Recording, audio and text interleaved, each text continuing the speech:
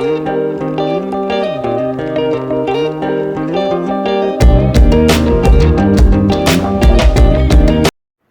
Friends, I welcome you all to Vyashti academy. आज हम chapter 5 determinant का एक नया टॉपिक पढ़ेंगे, लियोनटिफ इनपुट आउटपुट मॉडल। स्टार्ट करते हैं। लियोनटिफ इनपुट आउटपुट मॉडल। हमारा इनपुट आउटपुट मॉडल से मतलब क्या है? Input output model represents the interdependencies among different industries of national और रीजनल इकोनॉमी। इसका मतलब क्या है कि इनपुट आउटपुट मॉडल जो है वो हमें ये बताता है कि डिफरेंट इंडस्ट्रीज एक दूसरे पर डिपेंडेंट होती हैं, उनकी इंटरडिपेंडेंसी होती है। सपोज करो ए डिपेंडेंट है बी पर और बी भी डिपेंडेंट है ए इंडस्ट्री पर। तो इस तरह का अगर कोई मॉडल हमारा होगा तो उसे हम बोलेंगे इनपुट आउटपुट मॉडल। अब हमारा लियोनटिफ मॉडल क्या होता है? Leontief model is based on the assumption that whatever is produced is consumed। Leontief model में हम ये एज्यूम करके चलते हैं कि हमने जो भी प्रोड्यूस किया है वो सबका सब हमारा क्या हो गया? कंज्यूम हो चुका है। मतलब कि हमारा जितना इनपुट था उतना ही हमारा क्या होगा? आउटपुट होगा। हमारे दो टाइप के लियोनटिफ मॉडल होते हैं। ये दोनों टाइप क्या होते हैं? First is open model and second is close model. अब हम ओपन मॉडल और क्लोज मॉडल को डिटेल में डिस्कस करेंगे। Open model. In this model, some part of the production is consumed internally by the participating industry and rest is consumed by external bodies। तो हमारा open model में क्या है कि हमारा ये एक ऐसा मॉडल है जिसमें कि जो प्रोडक्शन है उसका कुछ पार्ट इंटरनली कंज्यूम हो जाता है और जो रेस्ट ऑफ द पार्ट है वो एक्सटर्नल बॉडीज के थ्रू कंज्यूम होता है। तो हम क्या बोलेंगे कि हमारा टोटल कंजम्पशन क्या है? Sum of internal consumption and external consumption. Now second is closed model. In this model, the entire consumption is consumed internally by the participating industries। तो हमारे क्लोज मॉडल एक ऐसा मॉडल है जिसमें कि सारा का सारा कंजम्पशन इंटरनली पार्टिसिपेटिंग इंडस्ट्री के थ्रू ही कंज्यूम हो जाता है। अब हम पढ़ेंगे लियोनटिफ का open model in Leontief analysis. Open model of Leontief analysis. Suppose there are two industries in an economy. Each industry produces some goods which are partially consumed by the two industries while the rest is consumed externally, which is called the final demand or consumption। तो हमने माना है कि हमारी कोई दो industries है economy में। ये दोनों इंडस्ट्रीज कुछ प्रोड्यूस करती है गुड्स जो कि पार्शली दोनों इंडस्ट्रीज के द्वारा कंज्यूम कर लिया जाता है। तो इसका मतलब क्या है कि दोनों ने अपना कुछ गुड्स प्रोड्यूस किए। इंडस्ट्री 1 इंडस्ट्री 2 को अपना गुड्स सोल्ड कर देती है और इंडस्ट्री 2 इंडस्ट्री 1 को अपना गुड्स सोल्ड कर देती है। और जो रिमेनिंग उनका जो बचता है जो उन्होंने प्रोड्यूस किया है गुड्स वो फाइनल डिमांड होती है या फिर कंजम्पशन होता है एक्सटर्नल इंडस्ट्रीज के लिए। अब हम टेबल से समझते हैं। हमने इस तरफ जो रिप्रेजेंटेशन किया है वो हमारा क्या है? इनपुट इंडस्ट्री 1 और इंडस्ट्री 2 का, और ये है हमारे आउटपुट इंडस्ट्री 1 और इंडस्ट्री 2 का। ये टेबल है हमारी फाइनल डिमांड और ये है हमारा टोटल आउटपुट। तो हम रो को इंटरप्रेट कैसे करेंगे? रो को इंटरप्रिटेशन हम ये करेंगे कि इंडस्ट्री 1 ने खुद को X11 सामान बेचा और इंडस्ट्री 2 को उसका जो इनपुट है वो है X11 और यहाँ पर इनपुट क्या है? X2। सबसे पहले हम रो का इंटरप्रिटेशन समझ लेते हैं।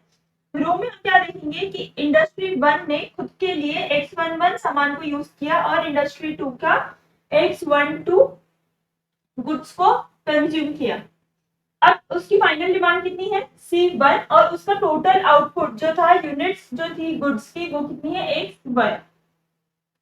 सिमिलरली एक इंडस्ट्री 2 ने इंडस्ट्री 1 से X21 सामान को परचेज किया और खुद इंडस्ट्री 2 ने इंडस्ट्री 2 खुद के लिए X22 सामान को परचेज किया और इसका जो टोटल कंजम्पशन था वो कितना है? C2। C2 का मतलब क्या है? जो इसकी डिमांड है अदर इंडस्ट्री एक्सटर्नली जो डिमांड है वो, और इसका आउटपुट कितनी यूनिट्स में है? X2।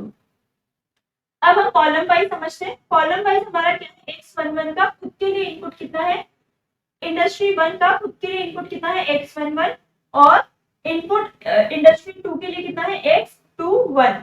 सिमिलरली इसी तरह से हम सेकेंड कॉलम को भी इंटरप्रेट कर सकते हैं। अब हम इसे डिटेल में डिस्कस करेंगे। तो हम एक एग्जांपल लेते हैं कि to produce x1 unit industry 1 requires x11 of itself, that is x11 divided by x1, and industry 1 requires x21 units of from industry 2, x21 of industry 2, that is x21 divided by x1। हमने यही पढ़ा था कि अगर industry 1 है तो industry 1 को x11 unit खुद की परचेज करेगा और x21 यूनिट इंडस्ट्री 2 से परचेज करेगा अपना जो भी गुड है उसे बनाने के लिए।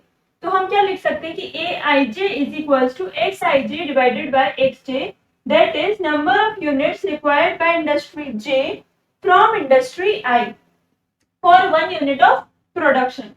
तो हम क्या बोल सकते हैं A11 is equals to x11 divided by x1, A12 is equals to x12 divided by x2, A21 is equals to x21 divided by x1, and A22 is equals to x22 divided by x2। तो इसको अगर हम matrix form में लिखेंगे तो हम इसे matrix को नाम क्या दिया, कैपिटल ए मैट्रिक्स, जिसके एलिमेंट्स हमने क्या लिखे A11, A12, A21 and A22। और जो ये हमारी मैट्रिक्स ए है इसे हम क्या बोलेंगे, टेक्नोलॉजी मैट्रिक्स और इनपुट आउटपुट कोफिशिएंट मैट्रिक्स। और जो इसके एलिमेंट्स हैं A11, A12, A21, A22, इनको हम बोलेंगे टेक्नोलॉजिकल एलिमेंट, टेक्नोलॉजी एलिमेंट्स, और जो हम या फिर इनपुट आउटपुट कोफिशिएंट एलिमेंट्स।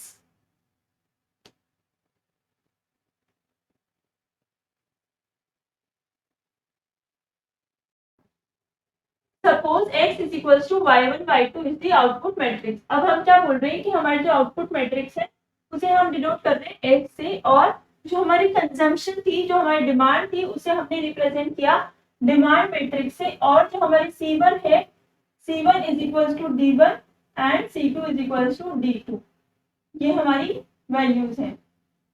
मतलब जो हमने टेबल में C1 और C2 पढ़ा था उसे यहाँ पे हम रिप्रेजेंटेशन कर रहे हैं थ्रू D1 एंड D2। अब हमने जो इनपुट मॉडल था, हमारा जो ऊपर मॉडल था उसमें हमने क्या पढ़ा था कि हमारा टोटल आउटपुट क्या होता है, is the sum of internal consumption and the final demand. तो हमारे आउटपुट को हमने किससे रिप्रेजेंट, आउटपुट हमारा क्या है y1 इज इक्वल्स टू हमारा क्या होगा A11 into y1 plus A12 into y2 plus D1। Similarly y2 हमारा क्या होगा, y2 is equals to A21 into y1 plus A22 into y2 plus D2। अब इसे हम क्या मैट्रिक्स की फॉर्म में रिप्रेजेंट कर सकते हैं। मैट्रिक्स की फॉर्म में हम कैसे लिखेंगे, ax plus d is equals to x। ये x हमारा क्या है, आउटपुट मैट्रिक्स, और d हमारी क्या है, डिमांड मैट्रिक्स, और a हमने क्या पढ़ी थी, a हमारी क्या है, टेक्नोलॉजी मैट्रिक्स। तो ax plus d is equals to x।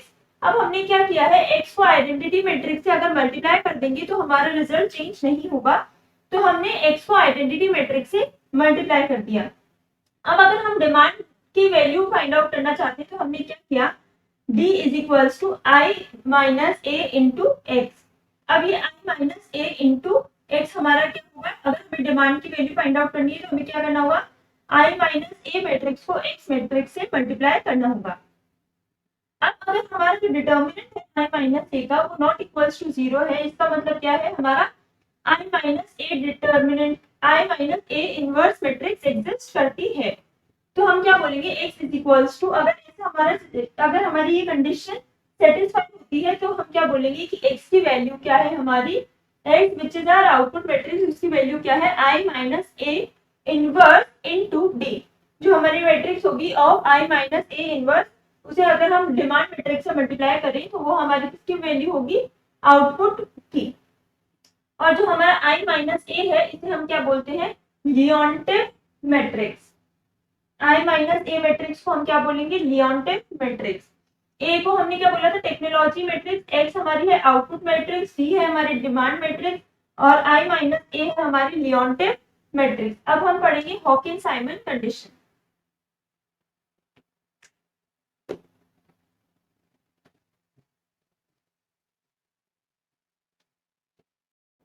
Hawkins Simon condition, ये हमारी जो कंडीशन है वो हमें दी थी, दो साइंटिस्ट थे, हॉकिन और हर्बर्ट ए साइमन, इन दोनों ने ये हमारी कंडीशन को दिया था। ये हमारी कंडीशन क्या बताती है? Guarantees the existence of a non negative output in the Leone-tiff model the Hawkins-Simon. तो ये हमारी जो हॉकिंस-साइमन कंडीशन है, ये हमारे क्या बताती है? ये गारंटी करती है कि हमारी जो आउटपुट की वैल्यू आएगी वो नेगेटिव नहीं आएगी, पॉजिटिव ही आएगी। अब हॉकिंस-साइमन कंडीशन की दो कंडीशन है। पहली क्या है? जो डिटर्मिनेंट वैल्यू है हमारी i माइनस ए की, वो हमेशा पॉजिटिव होनी चाहिए। और सेकंड क्या है? The diagonal element of the Leone-tiff matrix that is i minus A should all B positive. इसका मतलब क्या है? जो हमारा डायगोनल एलिमेंट्स क्या होंगे हमारे लियोन-टिफ मैट्रिक्स के? 1 minus a11 and 1 minus a22। इन दोनों की वैल्यू हमेशा क्या होनी चाहिए? पॉजिटिव होनी चाहिए। तो हमारे हॉकिंस-साइमन ने क्या बोला? एक तो हमारे लियोन-टिफ मैट्रिक्स की जो डिटर्मिनेंट वैल्यू आएगी वो हमारी पॉजिटिव होनी चाहिए। सेकंड कंडीशन बताई कि हमारे जो डायगोनल एलिमेंट्स हैं लियोन-टिफ मैट्रिक्स के, वो हमेशा पॉजिटिव होनी चाहिए। Friends, with this we come to the end of today's discussion. अब नेक्स्ट क्लास में हम लियोन-टिफ मैट्रिक्स से रिलेटेड एक्सरसाइज के जो क्वेश्चंस हैं उन्हें सॉल्व करेंगे। तब तक आप इस कंसेप्ट को समझिए और कोई डाउट हो तो आप कमेंट बॉक्स में पूछ सकते हैं। Thank you.